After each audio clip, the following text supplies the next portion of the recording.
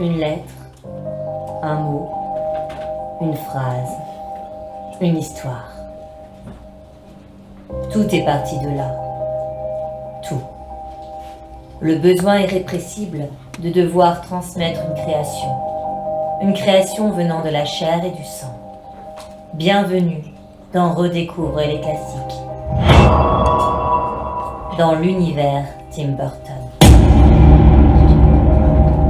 Ce soir, vous allez rentrer dans un univers sinistre et sanglant, avec les écrits de Madame de Sévigné et de Victor Hugo. Mettez à la porte tout ce que vous avez déjà vu de Notre-Dame de Paris et des Misérables. Car ce soir, notre histoire est celle de cette fille. Cette fille qui a disparu. Cette fille qu'on n'a jamais eue. Cette fille à qui on a un message à faire passer à tout prix. Donnez-lui le prénom que vous voulez, la fille de ou Cosette. Le résultat est le même, et il n'est pas joli.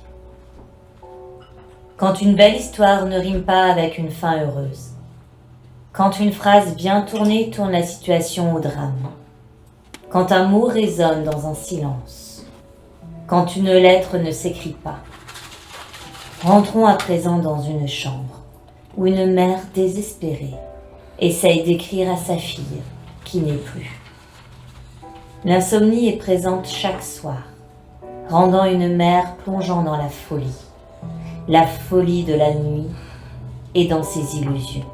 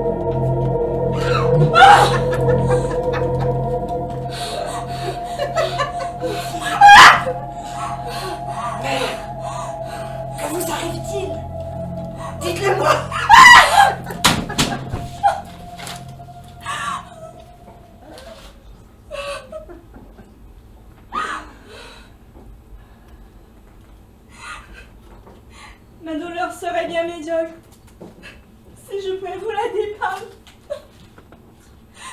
Je ne l'entreprendrai pas aussi. Je vous en prie, parlez-moi.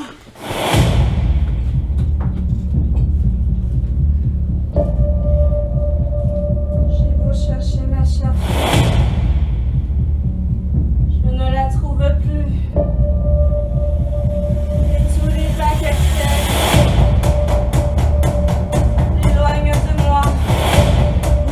Parce que je suis partie, c'est cela. Vous n'avez donc rien vu.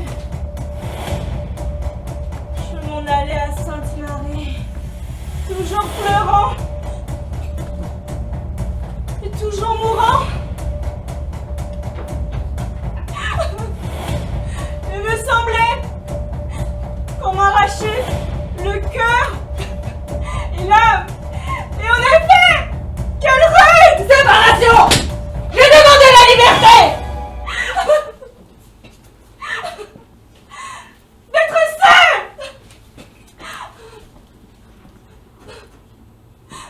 a dans la chambre de Madame Doucet?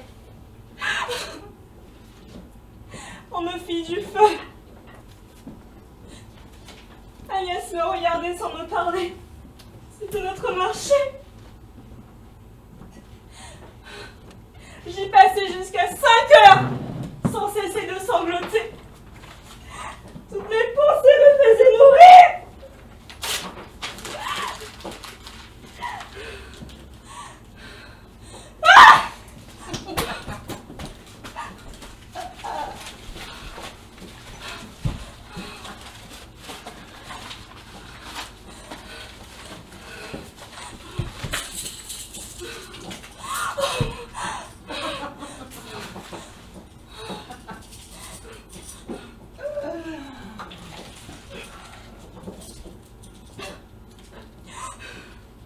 J'écrivais à Monsieur de Guignon. Vous pouvez penser de quel temps? J'allais ensuite chez Madame de Lafayette. Il redoubla ma douleur par l'intérêt qu'elle y prit. Elle était seule et malade et triste de la mort d'une sœur religieuse. Monsieur de la Rochefoucauld? J'y vins. On ne parla que de vous. De la raison que j'avais d'être touchée. Et du dessein de parler comme il faut à Mélusine. Je vous réponds qu'elle sera bien relancée. Dagville vous rendra bon compte de cette affaire. Je revins enfin, à 8 heures, de chez Madame de Lafayette. Mais en entrant ici... Bon Dieu! Comprenez-vous bien ce que je sentis en montant ce degré? Cette chambre où j'entrais toujours. Hélas! J'en trouvais les portes ouvertes, mais je trouvais tout démeublé, tout dérangé! Et votre petite figure me représentait la mienne! Comprenez-vous bien tout ce que je souffris? Les réveils de la nuit ont été noirs.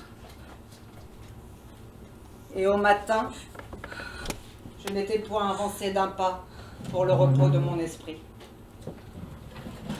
L'après-dîner se passa chez Madame de la Troche, à l'Arsenal, je présume, et le soir. Je reçus votre lettre, qui me remit dans les premiers transports.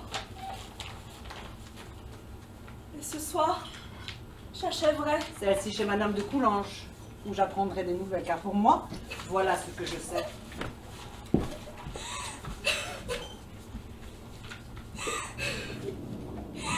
Avec les douleurs de tout ce que vous avez laissé ici, toute ma lettre serait pleine de compliments.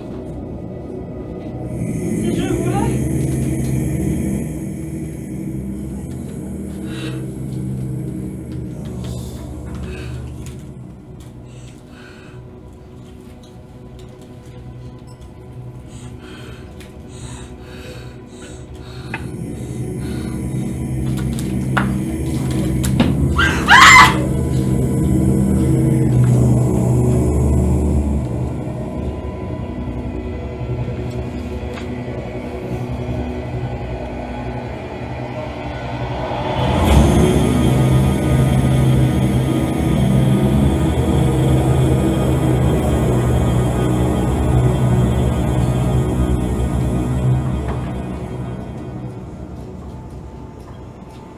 Si je voulais, si nous voulons, notre vie serait bien différente, nos histoires plus platoniques et plus douces, des phrases tendres, des mots qui ne disent pas adieu, adieu. Comme cela est dur de le dire, de l'assumer, faire le deuil, tourner la page. Comme cette mère, cela peut être destructeur pour elle. Mais pour certains, c'est destructeur pour les autres. C'est ce que nous allons voir maintenant. Rentrons à présent dans un grenier où se trouve un homme. Un homme rêvant de cette fille idéale qu'il souhaite posséder. Idéale au point de la prier de toutes pièces à travers d'autres femmes. À la quête de cette fille qui n'existe pas, au prix de vie volée. de femme en poupée, de poupée en déchet, un cycle infernal et inarrêtable. Il la créera, il l'aura, ou elle mourra.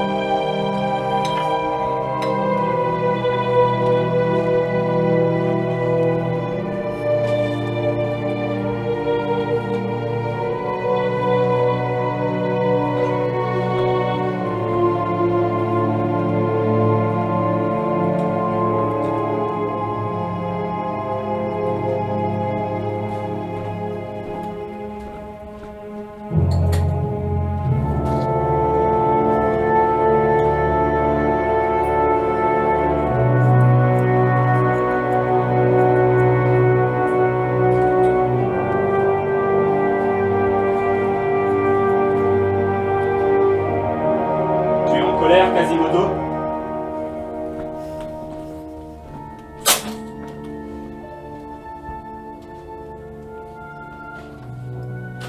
Ce sont mes amis. Tu te trompes, Quasimodo. Ces gens ne sont amis de personne. Ils n'aiment qu'eux-mêmes et personne d'autre. Regarde-les. Ces gens sont bons. Je le vois. Je le sais. Que sais-tu de ces gens?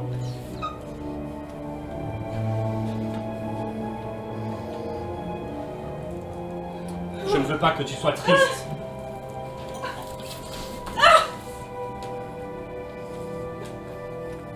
Aujourd'hui, cette place est remplie de truands, de brigands, de mendiants et de voleurs. Il faut attendre que la nuit tombe et que les villageois s'endorment profondément pour qu'enfin cette place de Notre-Dame retrouve la paix. Tu ne dois pas les écouter. Ils sont tous malades. Ils souffrent tous d'égoïsme et d'ignorance. Ils ne savent ni lire ni écrire, et cela doit rester ainsi. Ce ne sont pas tes amis. En eux habite le mal.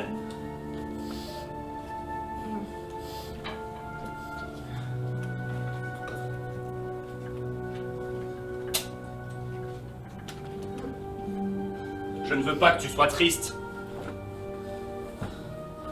Mon intention est de te protéger, tu sais.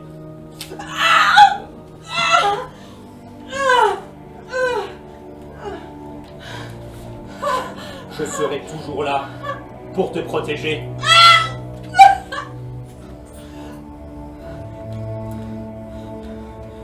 Je le sais, maître. Quasimodo, je sais que tu te sens à l'étroit ici, dans le clocher de Notre-Dame. Mais à ces heures nocturnes, quand les villageois sont dans leur sommeil le plus profond, je te donne la permission de sortir de Notre-Dame et d'aller faire une promenade dans les rues sans lune de Paris. Comment cela? Dehors? Vous en êtes sûr? Bien sûr, mon ami Biscornu. Ensemble, nous allons faire une balade dans les rues de Paris.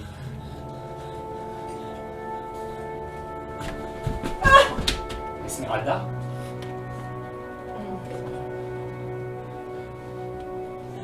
Maître. Mais qu'est-ce qui vous arrive? Vous n'êtes plus pareil. Vous avez du malheur. Du malheur! Du malheur! C'est la fête pour les autres, mais jamais pour moi. Misérable. Je suis un triste misérable.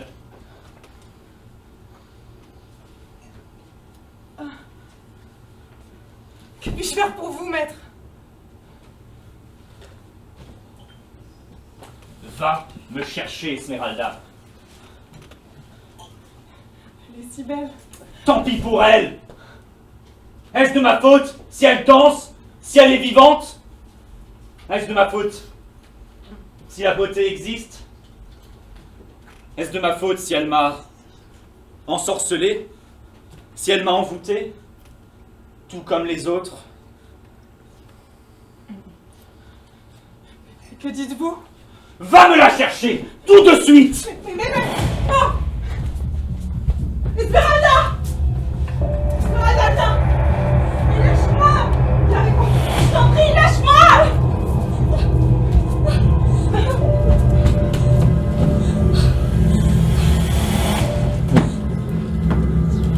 Il est parti! Qui? Tu dois rester caché!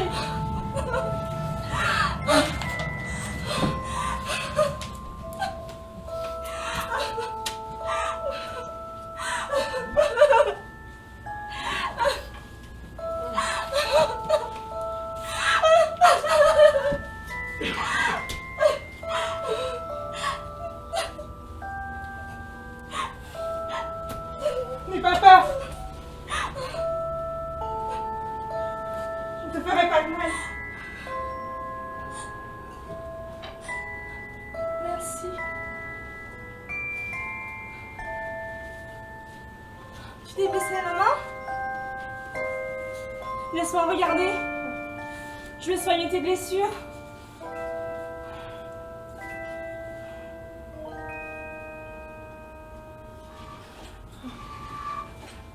Merci.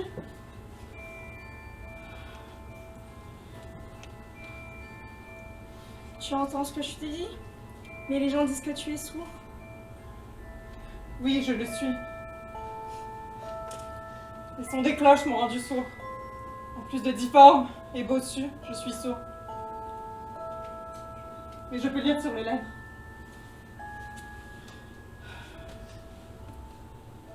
Pourquoi tu m'as sauvé la vie? Parce que tu m'as sauvé la vie. Parce que tu m'avais donné un peu d'eau quand tout le monde voulait me faire du mal. Tu t'en souviens? Tu étais la seule qui me voyait comme un être humain, non pas comme un animal.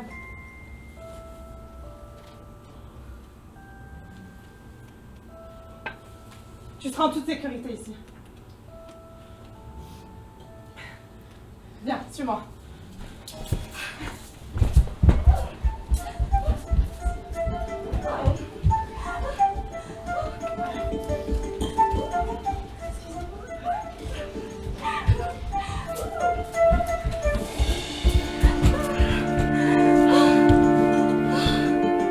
Waouh! D'ici, je peux tout voir. La place et ses environs. Je peux contempler tout Paris. C'est une vue d'une grande beauté.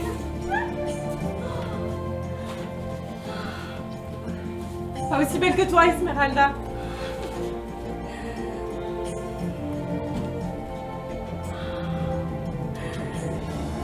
Tu ne peux pas sortir d'ici.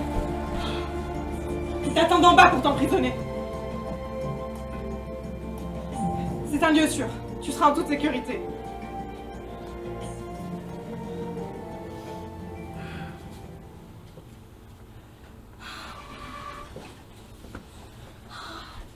Regarde tout en haut.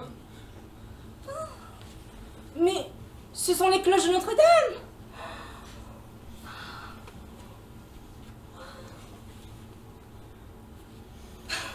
Allez, je vais te les présenter. Me présenter à qui? À mes amis. Elles te protégeront. Homère, Euclide, Dante et la Grande Marie. C'est la plus grande de toutes. C'est elle qui m'a rendu sourde. Tu veux que je les sonne pour toi? Oui.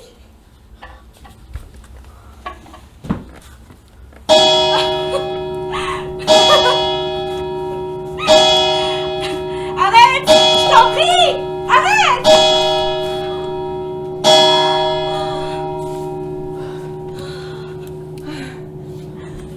conçu que tu es un très grand musicien. Merci. Pourquoi t'appelles-tu Esmeralda? C'est mon nom. Et qu'est-ce que ça signifie? Cela veut dire beauté. Et toi, que signifie Quasimodo? Le moins que rien.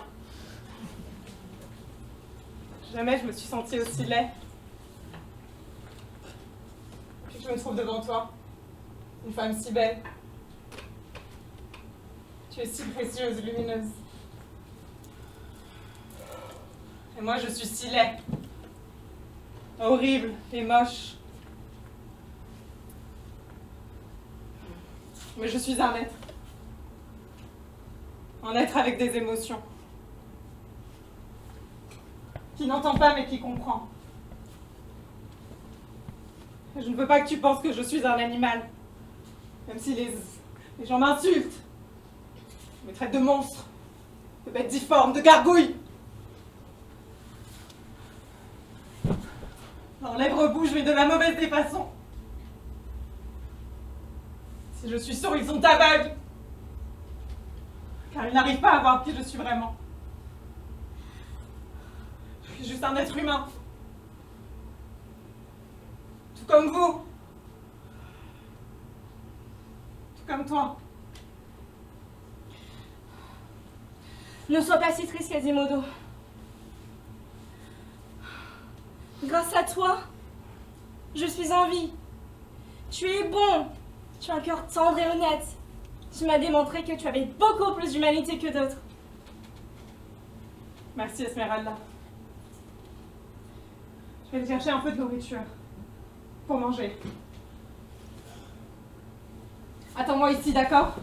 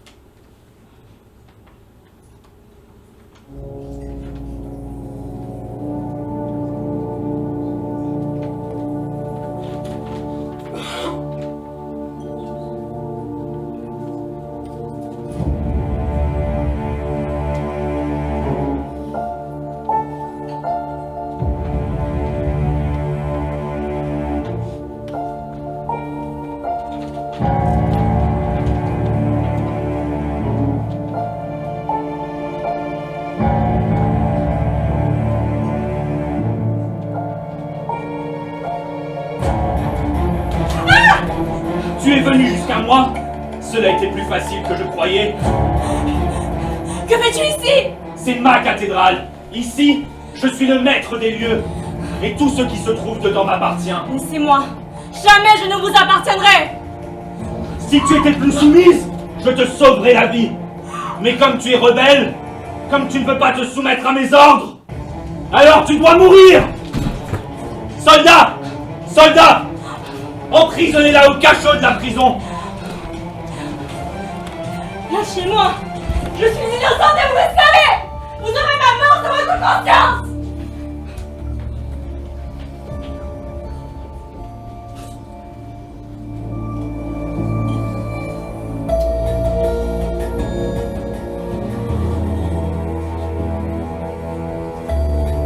Esmeralda! Où es-tu? Esmeralda! Elle n'est plus avec nous maintenant. Qu'est-ce que tu lui as fait? Ce que je devais faire. Il était de mon devoir de la remettre aux gardes. C'est une fugitive. Elle est innocente! Tu es vraiment méchant.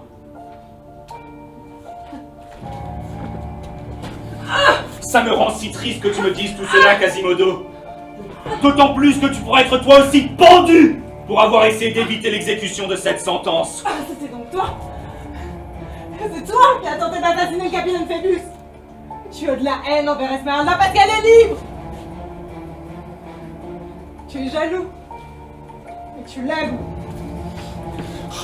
Elle est le péché originel incarné. Ce sera mieux pour tout le monde qu'elle meure. Non. Quasimodo!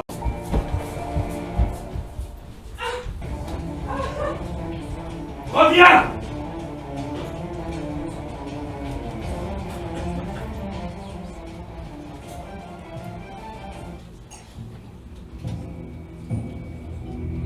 On perd le contrôle, ça panique, ça dérape. Courir après une fille idéale qu'on essaye de façonner. Une fille qu'on souhaite avoir à nos côtés. Mais le vide et le silence sont toujours là. Mais la lettre dans tout ça. Si nous ne pouvons pas voir ou avoir cette fille, pouvons-nous au moins lui transmettre un message? L'avez-vous remarqué? Cette lettre par terre. Rentrons à présent dans la dernière étape de nos classiques et allons dans la ville du Battle, où voleurs, vendeurs à la sauvette et bars regorgeant de gangsters et de fous cohabitent. Et dans ce sombre décor, une lueur scintille, l'amour d'une mère pour sa fille, Cosette. Vous la connaissez? Avec cette distance incompréhensible qui les sépare et une situation misérable. Une lettre à transmettre, une simple lettre à donner de main en main, à n'importe quel prix.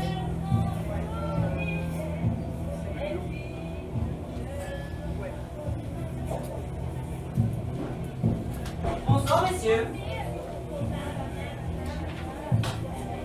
On est venus pour faire la fête, pour s'amuser, pour boire pour s'encanailler. Peut-être que vous êtes venus de s'occuper de Christ. Dans tous les cas, il va falloir payer. Ça va vous coûter cher, mais je vous garantis.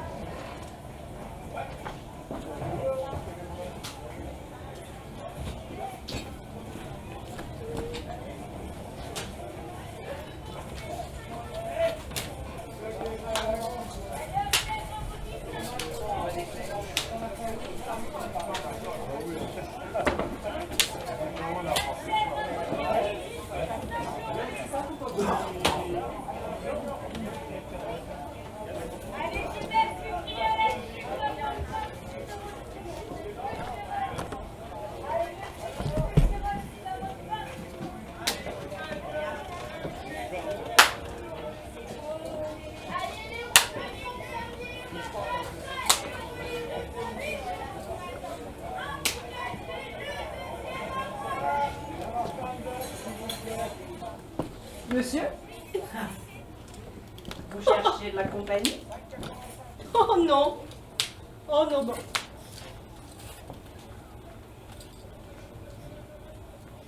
Il n'y a rien à faire ici, mademoiselle. Bon. Et qui êtes-vous pour me dire cela? Moi? L'inspecteur de police. Je faisais juste une promenade, monsieur. Non, ce n'est pas vrai. Tous deux, nous savons très bien ce que tu étais en train de faire. J'ai besoin de gagner de l'argent pour ma fille. Elle a grand besoin de médicaments, elle est très malade.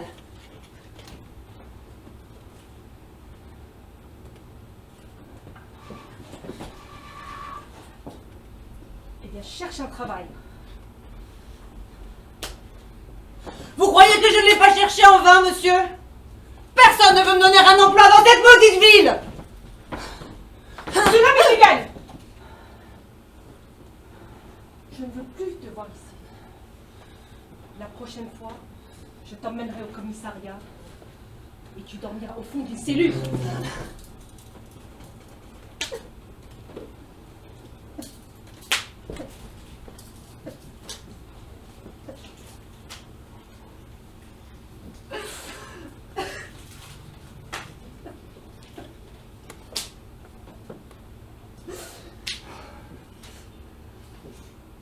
Quel magnifique cheveux. Merci. Vous les vendez? Non.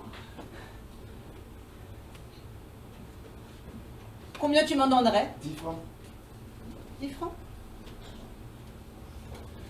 Coupez-les. Allez, venez.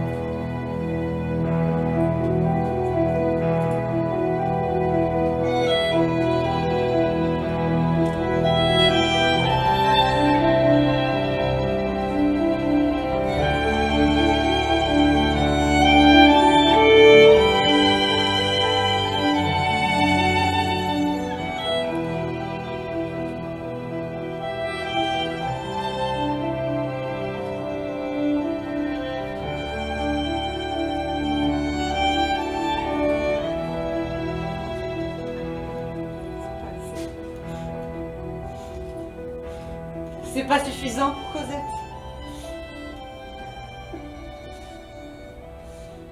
Ma petite. C'est mon cœur, Cosette.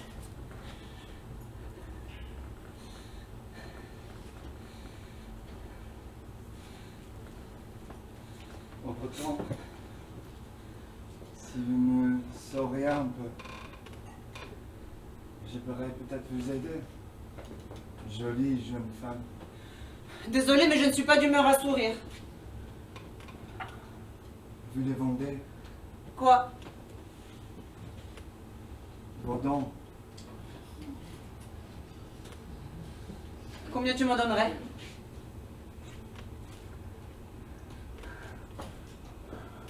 40 francs. 40 francs? Oui. 10 francs chaque pièce.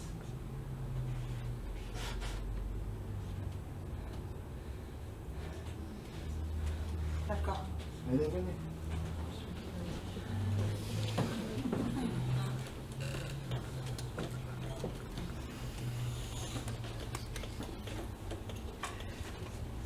Quelle est votre histoire, Fantine?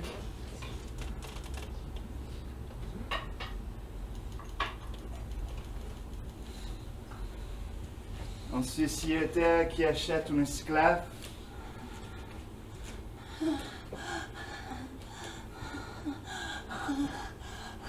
À qui?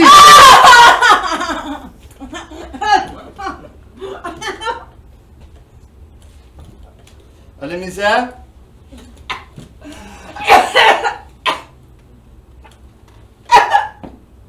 À la faim? Au froid? À l'abandon?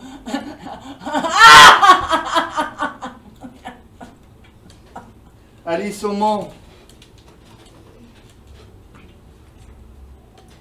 À la fragilité?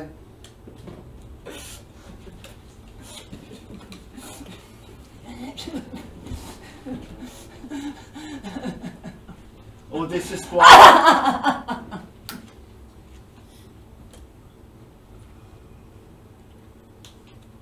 Marcher douloureux et inévitable.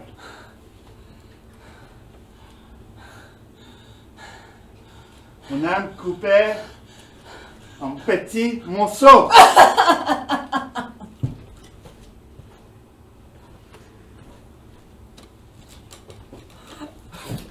La misère offre, la société accepte.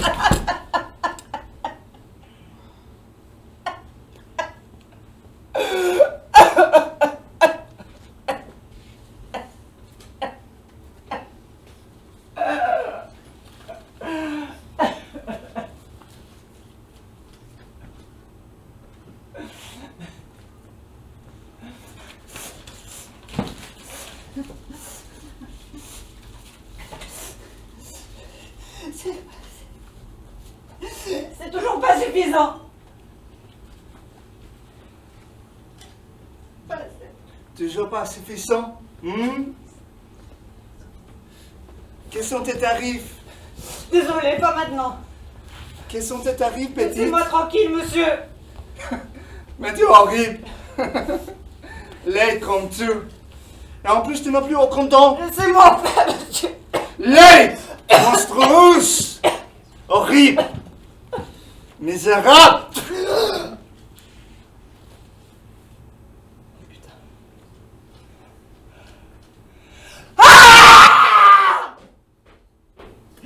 Mais qu'est-ce que tu veux? Qu'est-ce que tu veux de plus? Tu m'as privé de ça. Tu m'as privé, tu veux? Qu'est-ce que tu veux? Qu'est-ce que tu veux?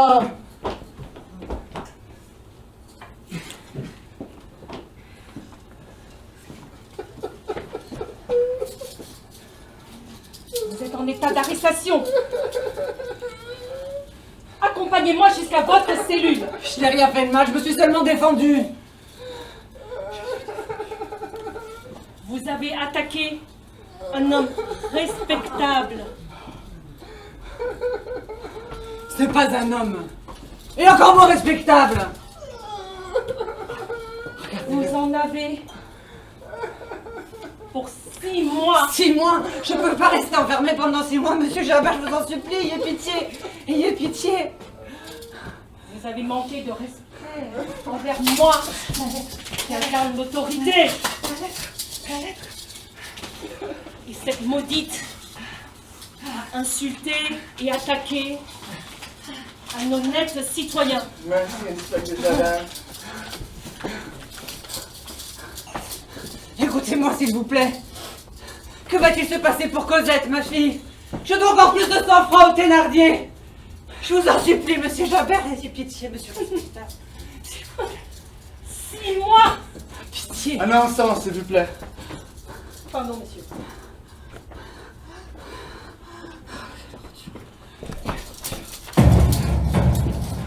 Toute cette histoire, ma situation aujourd'hui, tout ça est votre faute. Vous êtes un homme mauvais. Vous êtes un misérable.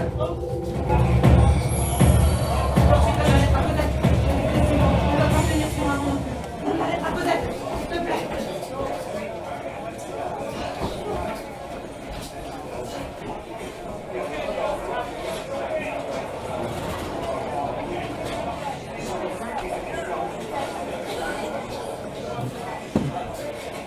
Je suis tombée par terre, c'est la faute à mon père.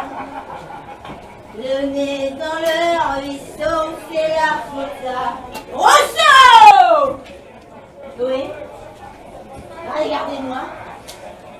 Et regardez-moi bien.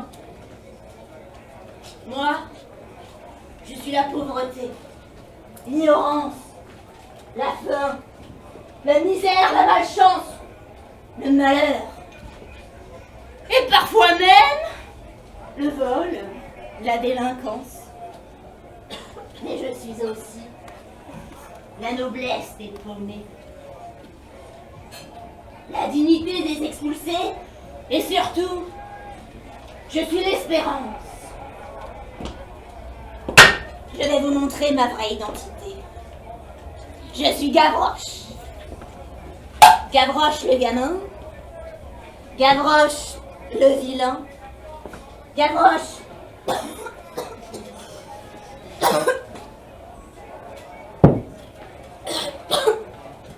coquin, Gavroche. Le mécréant. Gavroche, le misérable. Qui est ma mère. Pareil. Qui sont mes frères de misère. Les misérables. Quelle est ma maison? Toutes les rues. Ne détournez pas le regard. Je suis le fils de la malchance. Et vous? Vous êtes un beau jeune homme. Et un rêveur. Idéaliste. Vous êtes encore peut-être un étudiant de bonne famille. Un fils à papa. Alors, tu vas nous laisser lutter seul contre tous? Lutter contre qui? Contre l'injustice qui amène la faim, la malchance, la misère, le malheur. Arrêtez, mon frère. Ne continuez pas. Contre les enfers créés par les hommes. Contre le malheur qui pèse sur le corps des femmes, qui doivent vendre leur corps pour quelques miettes de pain.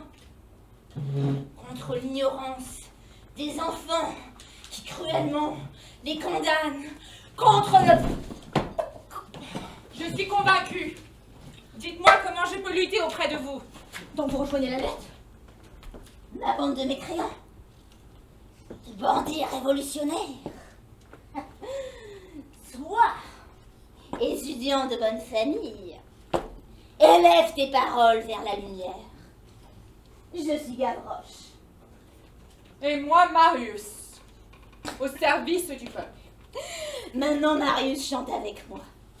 Je suis tombée par terre. C'est la faute à Voltaire. Le nez dans le ruisseau, c'est la faute à Rousseau. Je suis tombée par terre. C'est la faute à Voltaire. Le nez dans le ruisseau. C'est la faute à Rousseau. Hé, regardez-moi. Regardez-moi bien.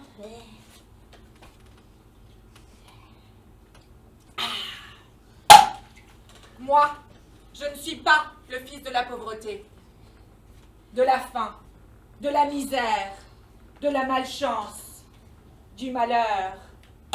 Moi, Marius, je suis jeune, rêveur, idéaliste. Je suis un étudiant de bonne famille. Je m'unis à la lutte, à l'injustice qui amène la faim, la misère, la malchance, le malheur, contre les enfers créés par les hommes,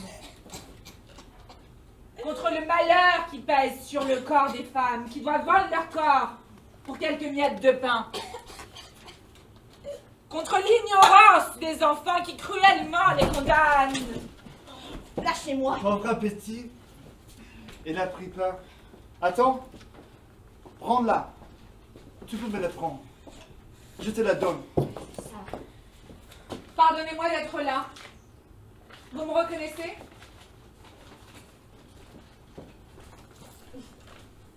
Cela fait trop longtemps que je ne vous voyais plus ici.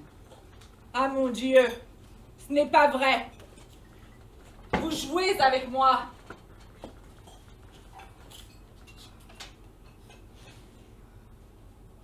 Peut-être que je vous mets mal à l'aise. Je vous mets mal à l'aise. Comment vous vous appelez? Eh?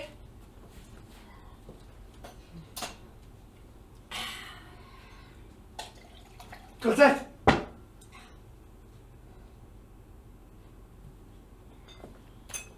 N'ayez pas peur de moi. S'il vous plaît, allez-vous-en!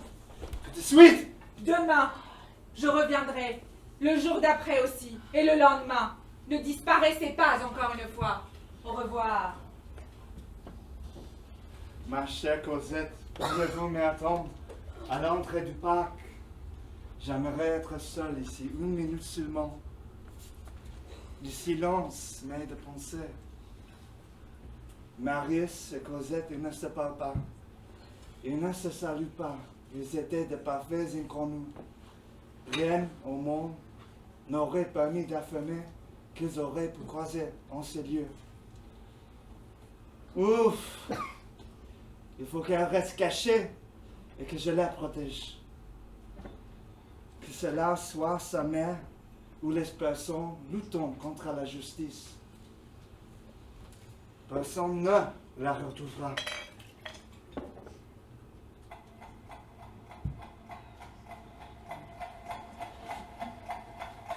Demain, je reviendrai, le jour d'après, et le lendemain aussi.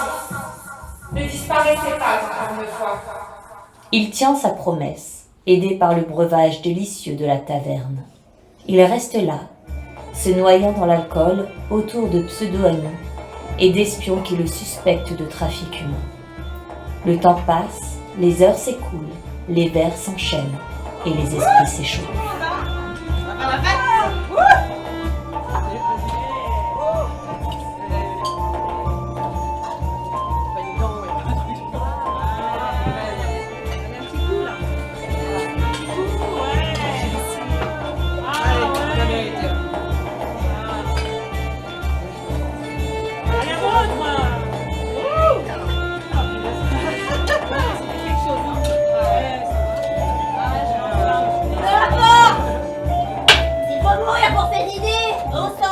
Combattant.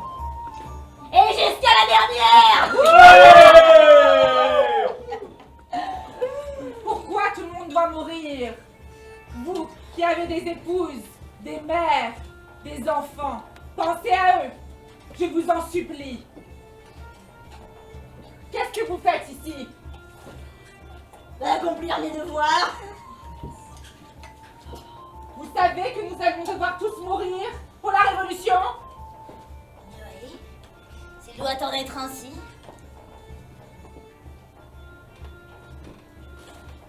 Que fait cet homme ici? C'est un espion. Je ne l'ai pas encore tué. Peut-être qu'il nous servira plus tard. Comme monnaie d'échange. Qu'est-ce que c'est que cette lettre? J'ai une lettre à remettre à Cosette. Vous? Pauvre sot. Si vous la remettez à Cosette, elle sera brisée par la tristesse. Cosette? Donnez-moi la lettre, que je la lui remette. Prends-la. Moi, je retourne aux barricades. Il est où ton père? Allez, ça coupe pas.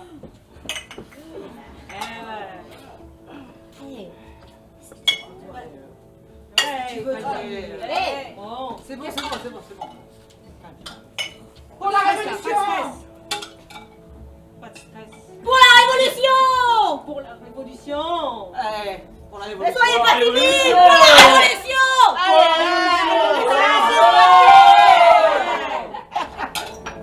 Oi, tout le monde va bien?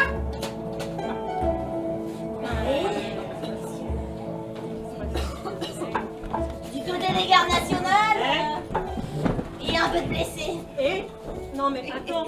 Garde complètement la brûlure.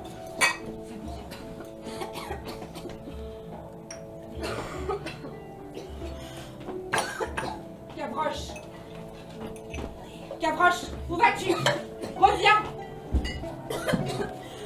Je vais prendre toutes les armes que je peux. Nous allons en avoir grand besoin. Gavroche, tu vas te faire tuer! Mais non, ils n'ont pas à mentir.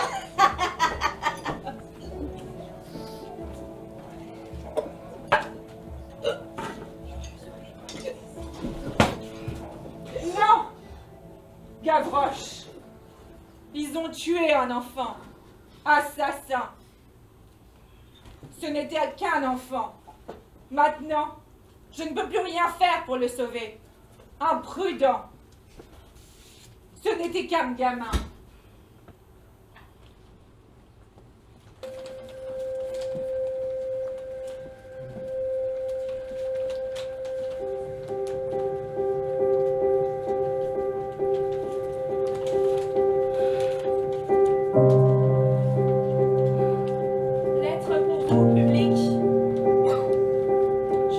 vous écrire afin d'effacer promptement de votre esprit le chagrin de ma dernière lettre.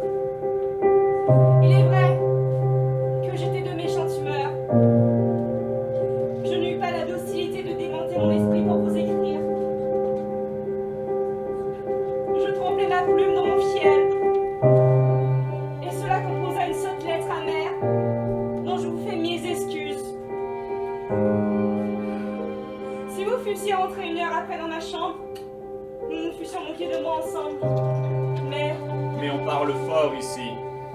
Et de ce fait, vous m'attaquiez doucement. Vous me donniez un trait en me disant que je suis une mauvaise personne et j'ai des ennemis. On vous a mandé que ma conduite était dégingandée. Vous Croyez qu'il vous est permis de vous moquer des gens? Nous sommes proches pourtant, et de même sang. Mais il n'est point question de moi. Je ne suis plus ni jeune, ni jolie selon vous. On ne m'envie point. À moi, on ne m'envie point, et on prétend me faire un procès. J'avais été votre dupe, et vous avez abusé de ma simplicité. Vous savez la suite. Donner des conseils, puis jeter la faute, c'est ceux qui ont exécuté. Elles volent en tête. Et moi, je voulais seulement savoir si mes lettres vous sont rendues sûrement à vous. Écrire toujours, écrire. Écrire, car il y a une puissance à laquelle il faut obéir et que je reçois de sa main. S'interroger. Les interrogations continueront et je continuerai à vous les demander fidèlement. Comme Vous vous portez bien. Je veux savoir comment vous vous portez. J'ai senti de la douleur, que vous aviez saigné. J'ai senti votre saignée. Fort bien. Ne nous tracassons plus. Vous avez eu un peu de tort, avec des jugements trop vite faits. Et j'ai eu un peu de tort. Mais qui n'en a point en ce monde? Gardez ma lettre et la relisez. Si jamais la fantaisie vous prenait de le croire, comme si vous jugiez d'une chose qui se fût passée entre 2 autres personnes. Mais de croire que si vous répondez, je puisse jamais me taire. Au lieu d'écrire en 2 mots, j'écrirai en 2000 termes, d'une longueur cruelle et d'un ennui mortel, que je vous obligerai malgré vous à me demander pardon, c'est-à-dire à me demander la vie. Faites-le donc. De bonne grâce, nous voilà donc accommodés. Je suis Bien à l'aise que vous reveniez, signé la plus jolie fille de France.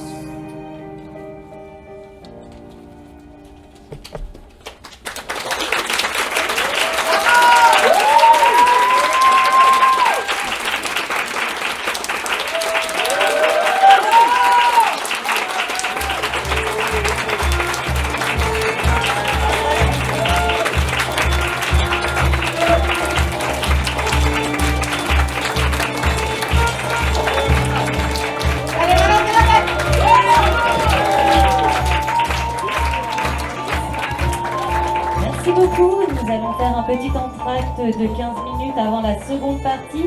La seconde partie avec les improsaques, surtout sur le thème des Tim Burton.